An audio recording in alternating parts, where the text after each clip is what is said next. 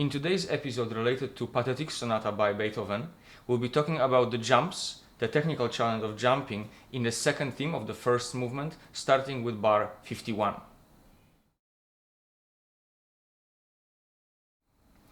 There are two main factors in understanding how to play those jumps.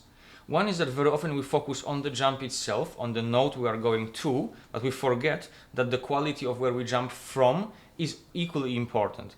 If the place where we jump from isn't very steady, isn't very stable, our jump will be limited in terms of our control. So we need to understand that that last note before we leap to the next one has to be played with certain energy. So not where at the end of the motif the hand feels kind of without energy, but we need to feel that that last note propels us towards the next note. The same on the way down. So this should feel, that last note should feel like it's giving us energy to jump.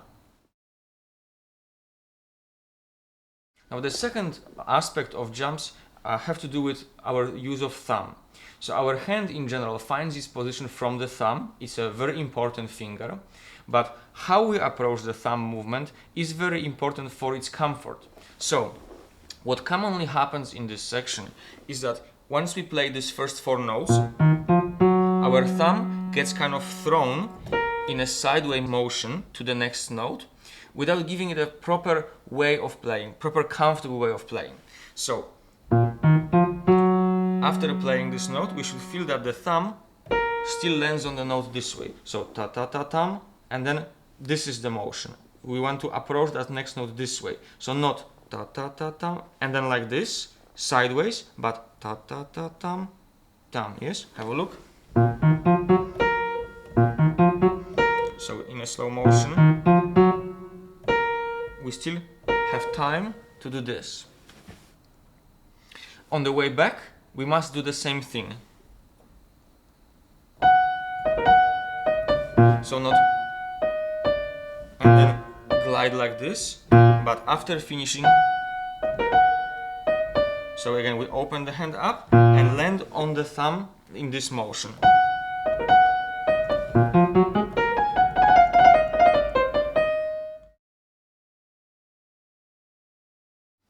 So one of the very useful exercises that we can use to accommodate that energy necessary for the jump to happen, and then the correct motion of the thumb moving downwards, is to stop before the note we are aiming for. So like this.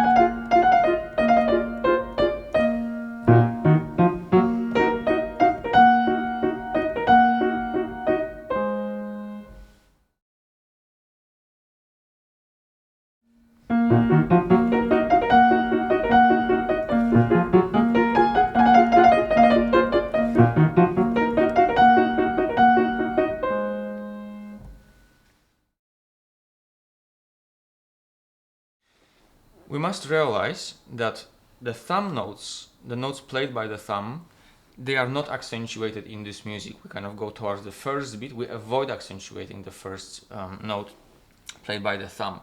But for the sake of technique and feeling more confident, it's okay to first exaggerate how loud that thumb is playing.